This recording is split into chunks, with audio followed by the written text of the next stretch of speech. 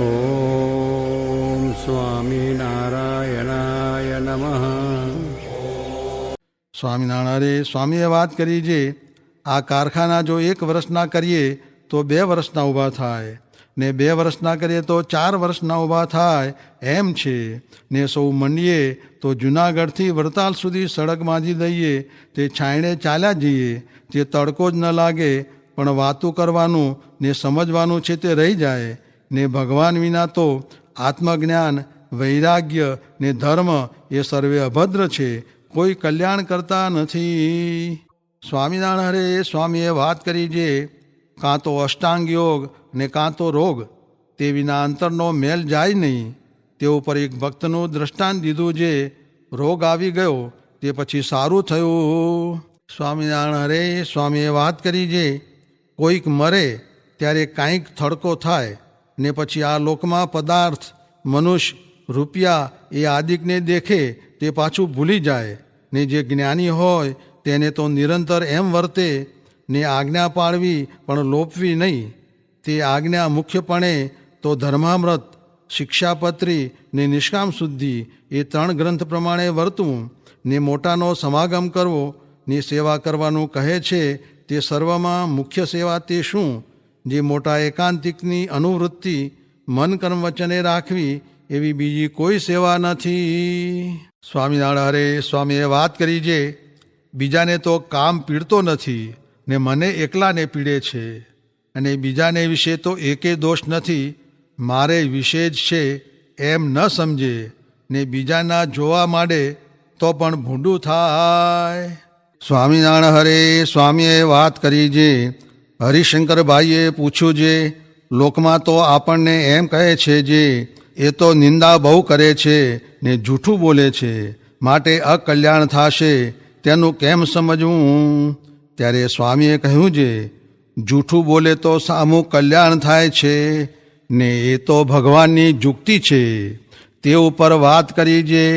રામાનંદ સ્વામીએ સંન્યાસીને પૂછ્યું છે, વેદ કેટલા? ત્યારે સંન્યાસી કહે 4. પછી રામાનંદ સ્વામી કહે, બ્રહ્મજ્ઞને 5મો વેદ ગયો છે તે હું છું. એમ સાચી વાત કરી. તેથી સંન્યાસી જાતા રહ્યા, અને મહારાજે જુક્તિ કરી તો બધી પૃથ્વીમાં સત્સંગ થયો. ને રામાનંદ સ્વામી ગયા પછી વ્યાપકાનંદ સ્વામી વગેરેને જુક્તિથી પોતાનું સ્વરૂપ ઓળખાવી સત્સંગમાં રાખ્યા. સ્વામિનારાયણ સ્વામીએ વાત કરી છે, ભગવાનની સ્મૃતિ રાખવી એ સર્વથી અધિક છે, ને ભગવાન તો આપણા જીવમાં બેઠા જ છે. તે દેહ મૂકવા સમયે દેખાય છે, ને સ્મૃતિ રહે તે તો સર્વ સાધનના અંતને પામ્યા. તે ઉપર ભરતજીની વાત કરી. સ્વામિનારાયણ સ્વામીએ વાત કરી છે, સ્વામીને ભોગવવાના જે પદાર્થ તે સેવક ન ભોગવે.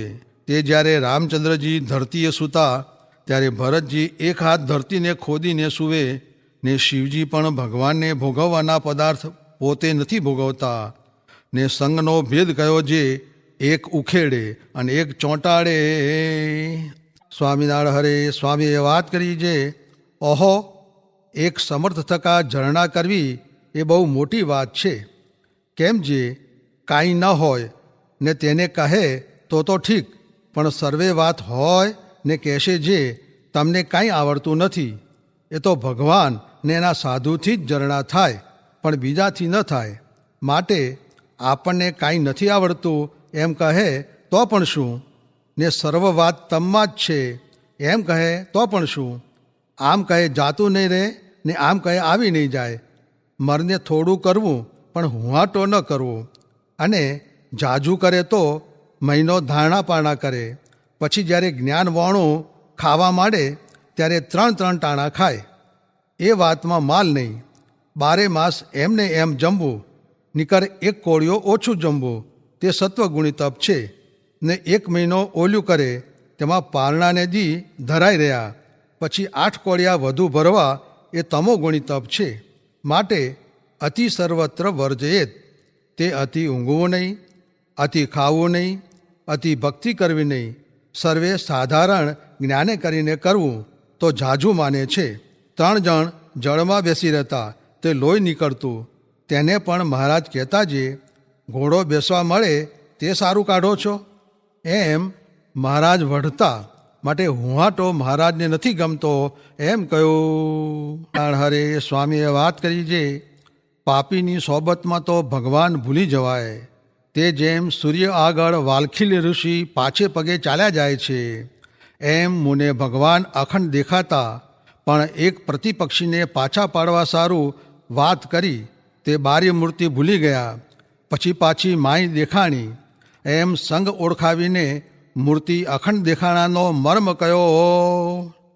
સ્વામિનારાયણ હરે સ્વામીએ વાત કરી જે 1થી 50 માળા સુધી જો એકાગ્ર દ્રષ્ટિ રાખે તો સુખે ધ્યાન થાય, નિકર સંકલ્પ થયા કરે.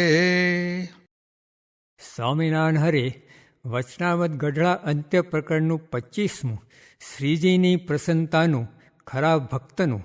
સ્વામિનારાયણ હરે સંવત 1885 કાર્તિક સુધી 10મીને દિવસ સ્વામી શ્રી સહજાનંદજી મહારાજ શ્રી ગઢડા મુદ્દે દાદા ખાચરના દરબારમાં આથમણા દ્વારના ઓરડાની ઓસરીએ ઢોલિયા પર વિરાજમાન હતા અને સર્વ શ્વેત વસ્ત્ર ધારણ કર્યા હતા અને પોતાના મુખારવિંદની આગળ પરમહંસ તથા દેશ દેશના હરિભક્તની સભા ભરાઈને બેઠી હતી. પછી શ્રીજી મહારાજે કૃપા કરીને એમ વાર્તા કરી જે ભગવાન સંબંધી ભક્તિ, ઉપાસના, સેવા, શ્રદ્ધા, ધર્મનિષ્ઠા એ આદિક જે કરવું તેમાં બીજા ફળની ઈચ્છા ના રાખવી એમ સત્શાસ્ત્રમાં કહ્યું છે તે તો સાચું, પણ એટલી તો ઈચ્છા રાખવી જે એણે કહીને મારી ઉપર ભગવાનની પ્રસન્નતા થાય એટલી ઈચ્છા રાખવી, અને એવી ઈચ્છા રાખ્યા વિના અમથું કરે તો તેને તમોગુણી કહેવાય.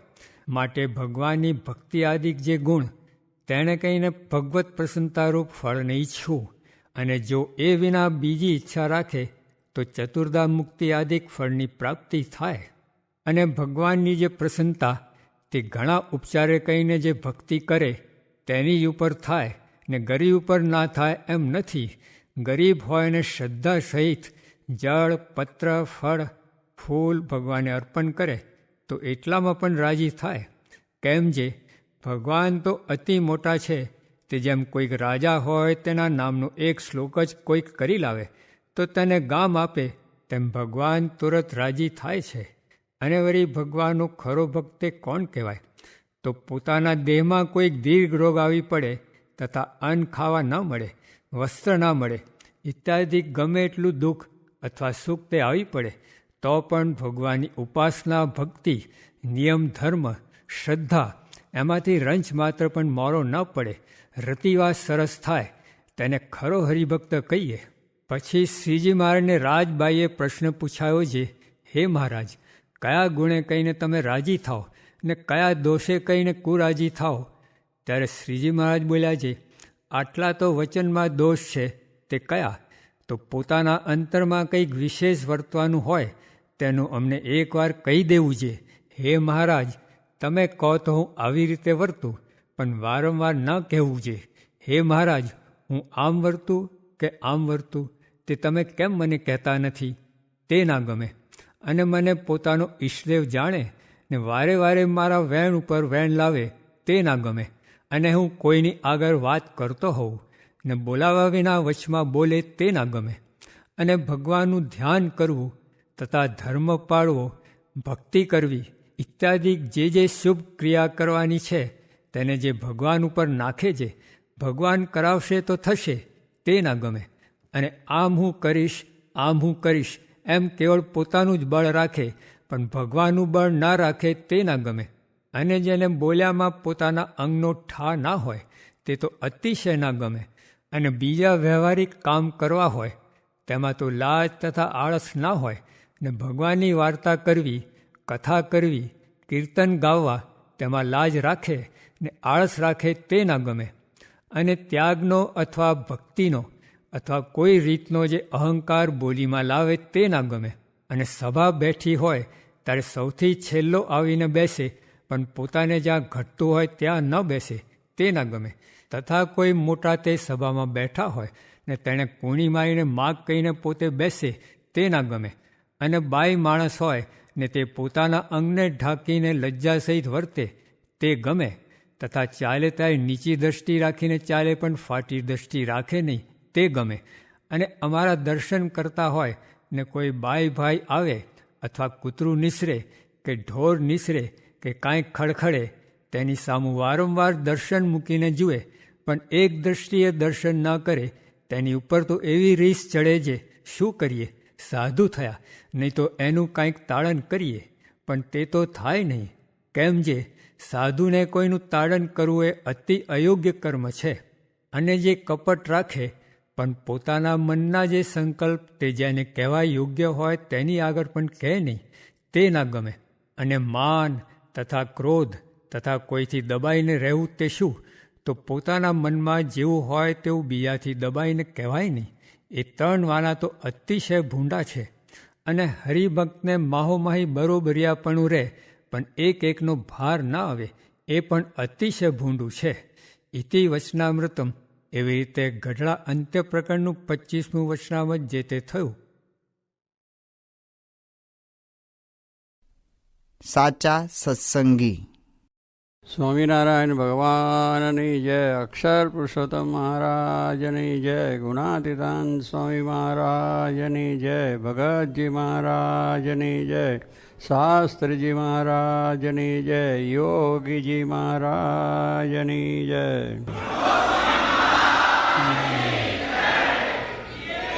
શતાબ્દી મહોત્સવની જય. સત્સંગી થવાની વાત આવી છે. બોટાદના બધા યુવક બાળકોએ બહુ સારો બધું જમાવટ કરી. બધા લારીઓ બે બાજુ રાખીને એકદમ એવા ઊભા તો ના ખેંચાવું એ પણ ખેંચાઈ જાય અંદર. આ બધું દેખાદેખ છે કે આ બધા ખાય તો આપણે ખાઈ લઈએ.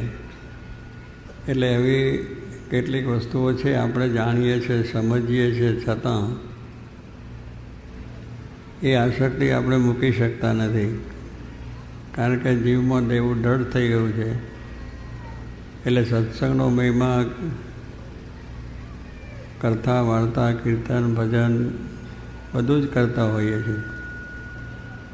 છતાં પણ કુસંગના સંગમાં જો રહીએ તો આ બધું પ્રશ્ન થઈ જાય છે. કરત કુસંગ ને ચહત કુશળ એહી બળો અફસોસ.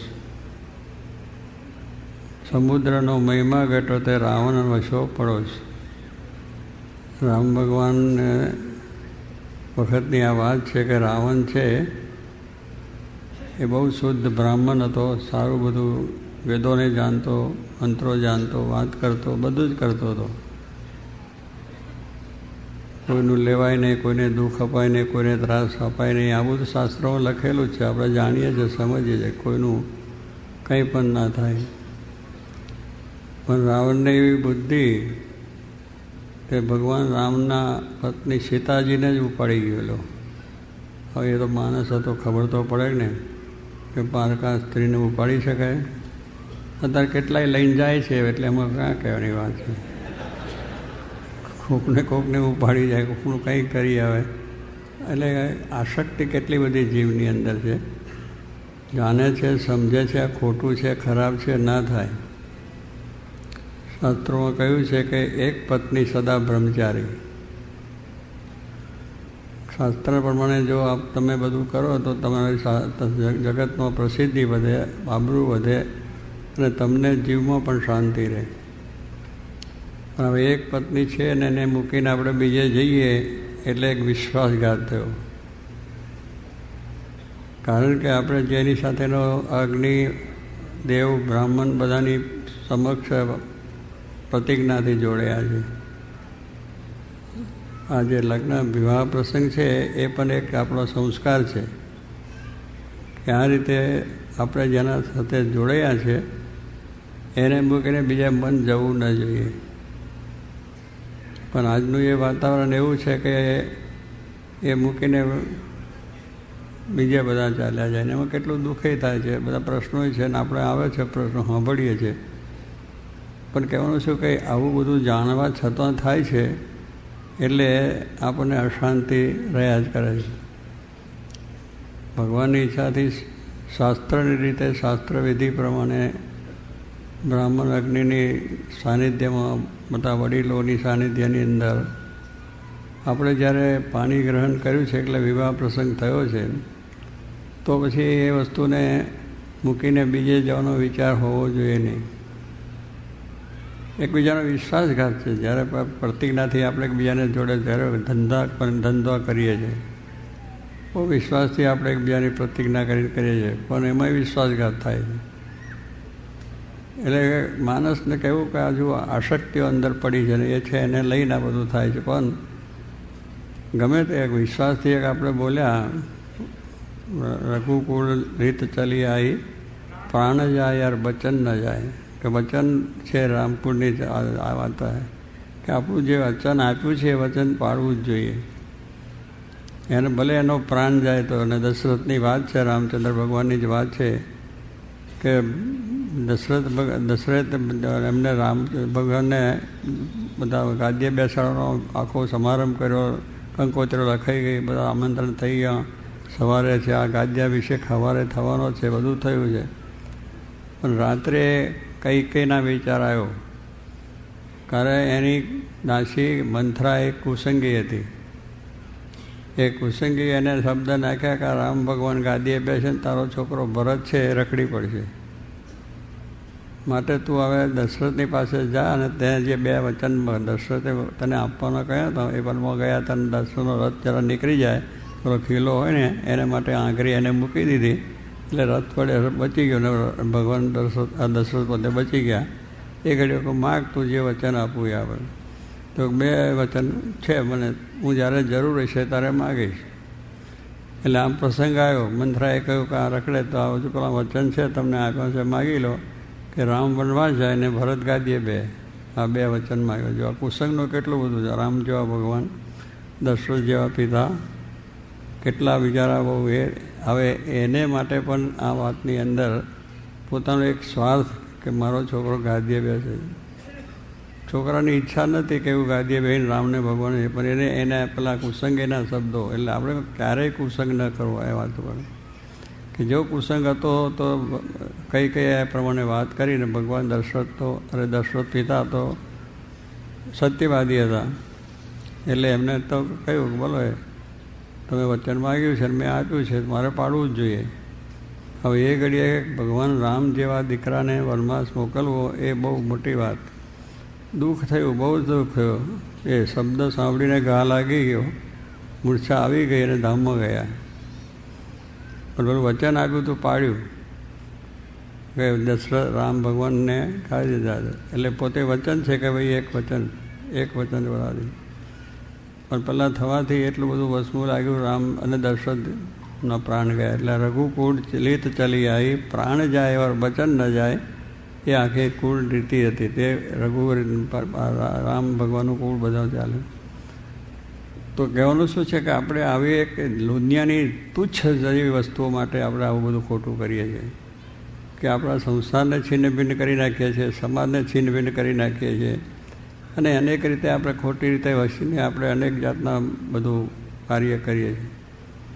ભગવાને આપણને શરીર આપ્યું છે, ખાવાનું પણ આપે છે, હાથ પગ આપ્યા છે, પૈસા તમે કમાવો, પોતાની રીતે બધું કરો, લગ્નની પ્રસંગોની વિધિ પણ સારી રીતે થાય છે. પણ બીજે તમે વિચાર ન કરો. અત્યારના પ્રમાણમાં સિરિયલ આવે છે ને ટીવી પણ આવે છે અને બધા ઘણા એવા આવે છે. આજે એટલો બધો મોહ થઈ ગયો છે કે આપણે બધી આપણી નાતને જાતને કુટુંબને પરિવારને ખાનદાની બાંધદાની પૈસા ભૂલી ગયા છે અને એમાં આપણે પડ્યા છે. અને એમાં બધું એટલું જ સસ્તી આવે છે કે જે ન કરવાનું પણ આપણે થાય છે. એ જાણીએ છીએ છતાં પડીએ છીએ અને કરીએ છીએ. એટલે આવા બધા કુસંગ કહેવાય. એ કુસંગનો ત્યાગ કરવો જોઈએ. એ જોવાથી જ આપણામાં વિકારો ઉત્પન્ન થાય છે. અંદર પડેલી વસ્તુ છે, તમે જુઓ એટલે તરત વિકાર થાય. એટલે એ આપણે કહીએ છીએ, પણ હવે પશ્ચિમનો વાયરો એવો છે એટલે આ છોકરા પણ એ જ કરવા માંડેલો. એ લારી જોઈને પાનપટ્ટી શું કહેવાય એને, ગુટકા, કેટલા રૂપિયાના ગુટકા ખાધા કેટલા ખાધા. હવે અત્યારેથી છોકરા આવું પઠાને આ પેલા પૈસા કમાવાળાને જ આમ ભલે ને એને પ્રાણ જાય, છોકરો બગડી જાય તો પાનપટ્ટી કરી અને 5-10 રૂપિયા પડાવી લે. 10 રૂપિયાના થાય એટલે કેવું પણ આગળ લારી ચાલી ખાવાની આસક્તિ ત્યાં કે ગરમ ભજીયા ફર્સ્ટ ક્લાસ ગોટા એકદમ ભરેલા, આમ જોતાની સાથે મન થઈ જાય. દરબારી ગોટા આપણે ગોંડલના દરબારી ગોઠા અમારે ગોંડલમાં બહુ વખણાય છે. ગમે તે હોય તો ત્યાં જ્યાં વગર રહે ને ખાય. પણ પહેલાં વળી સત્સંગીને કહ્યા તો ક્યાં આમાં કશું, આ તો કંઈ મવસાર તો છે નહીં, અંદર કશું છે નહીં, પણ નહીં અંદર બીજું ઝેર છે એ લાગે ને. ડુંગળી છે ને એ કસ્તુરી કહેવાય. લોકો છે ને કસ્તુરી કહેવાય ને કસ્તુરીથી તાકાત આવે છે, પણ કસ્તુરીથી તાકાત નહીં, આખું જીવ જાય છે ને આખા એ થઈ જાય છે. પછી જાણીએ છીએ કે આ બધી ખરાબ વસ્તુ છે ને આપણે સત્સંગી માટે તો મહારાજે લખી જ દીધું. શિક્ષાપત્રી પ્રણય એ સત્સંગી. આપણે શિક્ષાપત્રી વાંચીએ છીએ, દરરોજ વાંચીએ છીએ અને બધું જાણીએ છીએ, છતાં હાથ અગ્નિમાં નાખીએ છીએ. દજાવાનું છે, બળી જવાનું છે, છતાં હાથ નાખીએ મેં અંદર. વાઘની પાસે જાણીએ છીએ કે મરી જવાના તોય સિંહ વાઘ ને બધા પાસે જઈએ છીએ. મરવાના ધંધા બીજું કંઈ. એમ મહારાજે આપણને આજ્ઞા કરી છે કે ભાઈ એટલે વસ્તુનો ત્યાગ, એની પાસે જવાય નહીં. સિંહ વાઘ સાપ દુકડા બીપડાથી દૂર છે. ત્યાં જાનપણું આવી જાય છે, એના જવાથી મરી જવાય. પણ આમાં નથી વિચાર આવતો કે કેમ મરવાનું, ડુંગળી ખાધી તેમાં શું જતું રહ્યું. એ તો સારું છે, પણ આ તો આજ્ઞા છે. ભગવાનની આજ્ઞાનું જેટલું પાલન એટલું સુખ, જેટલું આજ્ઞા પડે એટલું અંતરમાં સુખ આપણને આવે. આપણે મરી જવાતું નથી. ડુંગળીના ભજીયા ખાવાથી જ જીવીએ છીએ એવું નથી. એ વસ્તુનો ત્યાગ કરીએ તોય જીવી શકાય છે.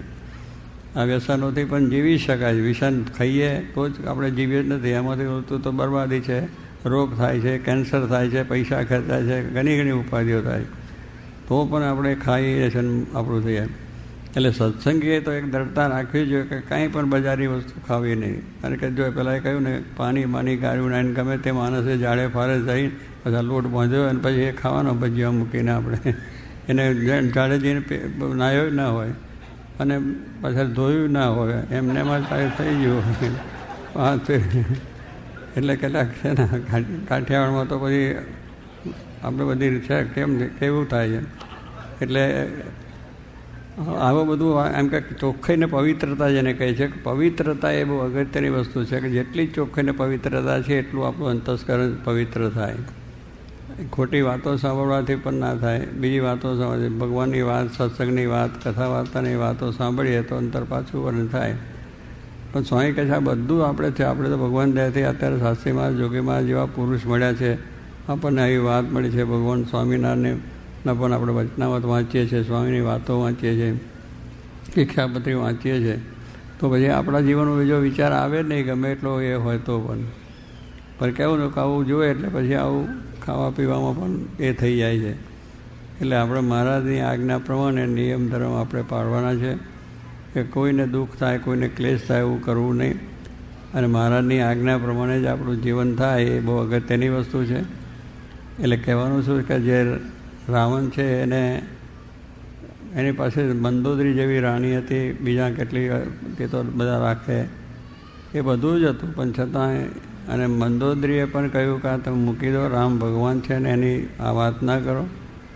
પણ એ વાત એને માની નથી ને સીતાને ઉપાડે ને એ યુદ્ધ થયું અને એમાં રાવણનો 10 માથા ખલાસ થઈ ગયા. 10 માથાવાળો હતો કે છે ને આ તો 10 માથાનો માનવી કહેવાય. એટલે એ રીતે 10 માથામાં 10 પ્રકારનું બોલવાનું, 10 પ્રકારની વાત ને. એટલે એને પણ માથું ઉડી ગયું ને ગયો ક્યાં ગયો ખબર નથી. અત્યારે કોઈ ભજન નથી થતું. ભગવાન રામનું ભજન થાય છે કારણ કે રામ ભગવાને મર્યાદા સ્થાપન કરી છે. જેને મર્યાદા પુરુષોત્તમ કહેવાય છે એમનું કારણ એવું છે કે એમને પોતે એક પત્ની વ્રત, એક બાણ ને એક વચન. રામની આ કુળની અંદર રામની જે રઘુકુળ કહેવાય કહ્યું તો એમનું એક જ હતું કે એક બાણથી જ એમને પોતે યુદ્ધ કર્યું. બસ બીજું બાણ જરૂર જ નહીં, એકમાં જ બધી વાત આવી જાય. એક વચન બોલ્યા એટલે જો દશરથનું વચન હતું કે મારે તને વર આપવા, તો એને બોલે ના આપ્યા. ભલે એને દુઃખ થયું, આત્મઘાત એનું પોતાનું મૃત્યુ થયું, પણ એ કર્યું. એક વચન ને એક પત્ની. સીતા સિવાય કોઈ બીજો પ્રશ્ન, બીજે આંખ હરખી ફરકી નથી કે બહુ સારું છે લાવો જોઈ લઈએ કેમ છે શું છે, કાંઈ નહીં, જોવાનું જ નહીં. એટલે આ સંસ્કાર આપણા છે કે જો રામાયણ છે, મહાભારત છે, આપણી શિક્ષાપત્રી છે, કેટલા સુંદર બધા લખેલું છે. તો એના ઉપર દરરોજ ધ્યાન આપવું જોઈએ, એનું વાંચન થવું જોઈએ, એનું મનન થવું જોઈએ. ઘરમાં બેસીને એટલા માટે ઘર સભાની વાત કરી છે કે છોકરાઓને પણ એ વાત સારી સમજાય. બહેનો બધા પુરુષોને એકબીજા બેસે તો બધા પ્રશ્નો છે આપણને ન થાય. આ પ્રશ્નો થવાનું કારણ જ આ છે કે આપણે જેટલો કુસંગ કરીએ છીએ એટલો આપણામાં કુસંગ આવે છે ને ઘરમાં ક્લેશ થાય. પતિ પત્નીને, છોકરાઓને, બીજા બધું થાય છે પ્રશ્ન. શિક્ષાપત્રીમાં મહારાજે લખ્યું છે કે પોતાના પુત્ર સાથે પણ, બાપ સાથે પણ પત્ર લખાણ કર્યા સિવાય વ્યવહાર ના કરો. હવે મહારાજે કેટલા બધી ઉચ્ચ વિચારથી કે કેટલો દીર્ઘ દ્રષ્ટિથી વાત કરી છે કે અત્યારે થાય છે પિતા પુત્રને પણ કેસ થાય, દાવા થાય, જેલ થાય. લખાણ બરોબર ના કર્યું હોય તો થઈ જાય છે. અત્યારે વિશ્વાસ છે તમે કેટલાકને કામ કરો છો પણ પછી પસ્તાવવું પડે છે. આની કોઈ પણ વાત હોય તો એને કાયદેસર, એટલે કહું છું કે આવા બધું લખ્યું છે કે આપણે વ્યવહારમાં દુઃખી ના થઈએ, વ્યવહારમાં સુખી થઈએ. તો એવી બધી શિક્ષાપત્રી બહુ સુંદર આપણને આપી. દરેકના ધર્મો લખ્યા છે. એટલે એનું વાંચન નિરંતર કરીને જીવમાં ઉતરવું. ઘર સભા થાય તો એમાં દરરોજ આ એક પ્રશ્નો લેવા, સ્વામીની વાતના પ્રશ્નો છે, વચના છે આમાં, જેની અંદર આપણા નિયમ ધર્મની દ્રઢતા થાય અને આપણે એ પ્રમાણે સુખી પણ થવાય. તો કહેવાનું શું છે કે આ પ્રમાણે આપણા જીવનની અંદર ગમે તે હોય તો પણ આપણે આપણી શુદ્ધિ કહીએ છીએ ને, વિચાર શુદ્ધિ છે, આત્મશુદ્ધિ છે, આ બધી શુદ્ધિ કહેવાય કે જે ભગવાનની આજ્ઞામાં રહીને, શાસ્ત્રોમાં અને વચનોમાં રહીને જેટલું વર્તીએ એટલી આપણી શુદ્ધિ કહેવાય. ના વર્તીએ તો પછી દુઃખ આવે છે. એનું કારણ એ છે આજે પ્રાણી આગળ રવિવારની સભાની અંદર બધા છોકરાઓએ કર્યું. આપણને છોકરાઓ તમારે કેમ છે બધાને એ વાત કરો જોઈએ. આમાં ગુટકા કેટલા ખાય છે કે કોઈક નહીં ને તો ખરા, તો તમને શાબાશી. તો પાછા તમે આવું આવું કરતા નહીં પેલાની ઘોડે. અહીં વેશ ભજ્યો છે તો વેશ ભજ્યો એટલે 100% વેશ ભજવ્યો એટલે કહેવાય કે જાય. અડાય નહીં, જવાય નહીં, જોવાય નહીં, બસવાય નહીં. ગમે એટલું સારું હોય ને તો એને મિત્ર કહેતો પણ નહીં જવાનું. મિત્રને કે તારે જવું તો એને સત્સંગ કરાવો. પણ આવા વેશ આપણે તમે કર્યું છે બધું સારું, તો એમાં પ્રેરણા લીધી છે. એમ બધાએ આ બેઠા બધાએ પ્રેરણા લીધી છે કે આપણે આ મૂકી દઈશું, એમાં કોઈને વાંધો નહીં. આપણે તમારામાં પાછું કહે ને એટલું જુઓ. ત્યારે પછી વાત કરીએ બધી, પણ વાતમાં આપણા જીવમાં ઉતરી ના હોય તો આપણે શું એમાં સમજ્યા. એટલે દરેકે આ પ્રમાણે આપણે શુદ્ધ વિચાર કરવાનો છે કે રસ્તો જ બંધ. જોગી વાત કહેતા ને રસ્તા બંધ, ડાયવર્ઝન થયું અને પછી આપણે સીધા જઈએ તો ક્યાં પડીએ? ખાડામાં જ જીવ જાય. મોટર હોતા પડી અને બધું જાય.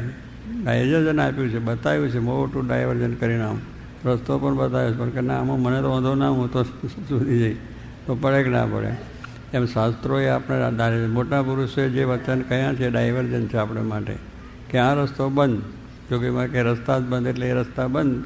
એટલે એ પ્રમાણે દરરોજ વિચાર કરવો કે જે શાસ્ત્રોના નિયમો, શાસ્ત્રોની જે વાત છે એને વાંચીને દ્રઢ કરવી. આપણે વર્તવું, આપણા કુટુંબને પણ કહેવું, આપણા કુટુંબ ભાઈઓ છે, મિત્રો છે, ભાઈબંધ છે, દોસ્તદાર છે, તો એ કરવું છે. આપણી આ શતાબ્દી ચાલે છે એમાં પહેલું એ જ છે કે આપણે જે એટલે આપણું શુદ્ધિકરણ કરવાનું છે. આપણે જેટલી દ્રઢતા, નિયમ, નિશ્ચય ને પક્ષ, આ બધી વાતો છે એને બરોબર દ્રઢ કરવાની. નાનપણથી જ આ છોકરાઓને થઈ જાય, આપણને થઈ જાય, ઘરમાં થઈ જાય, બધાને થઈ જાય, તો આપણે બધા શુદ્ધ રીતે જીવન જીવી શકીએ અને આપણને ભગવાનને રાજીપો પ્રાપ્ત થાય છે. તો ભગવાનને રાજી કરવા માટે આપણે અવતાર આપ્યો છે. ગુણાત્માએ કે અક્ષર પુરુષોત્તમની ભક્તિ કરવા માટે આ શરીર જ આપ્યું છે. તો એ શરીર એવું આપણને આપ્યું છે, એના હાથ, પગ, નાક, કાન, ઇન્દ્રિયો છે, એ બધાથી આપણે એવું કરવું જોઈએ કે ભગવાન સંત રાજી થઈ જાય.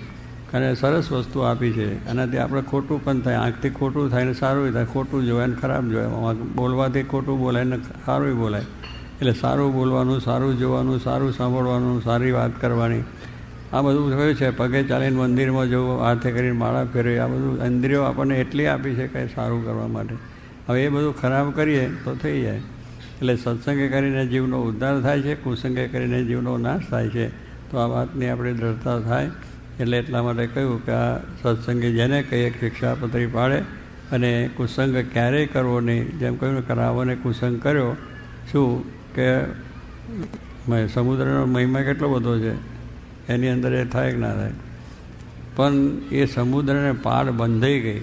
રામ ભગવાન ગયા તો બધા વાનરોએ પાળ બાંધીને ઠેઠ ત્યાં પહોંચી ગયા.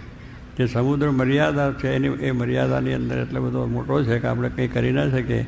પણ કેમ થયું કે રાવણ પાડોશમાં હોય. એટલે પાડોશીમાં જો આપણે કુસંગી હોય આપણા કુટુંબમાં પણ કુસંગી હોય તો આપણું પતન થઈ જાય છે, જેમ રાવણનું પતન થયું એમ. માટે આપણે એવી દ્રઢતા રાખવી કે નિયમ ધર્મ સારા પાડીએ, મહારાજ રાજી થાય, સુખિયા થાય, અને આપણે જ્યારે ધામમાં જઈએ તો મહારાજ અને સ્વામી આપણને આવીને મળીને આપણે ધામમાં લઈ જઈએ અને આપણે ધામમાં બેસાડી દે. સહજાનંદ સ્વામી મહારાજ.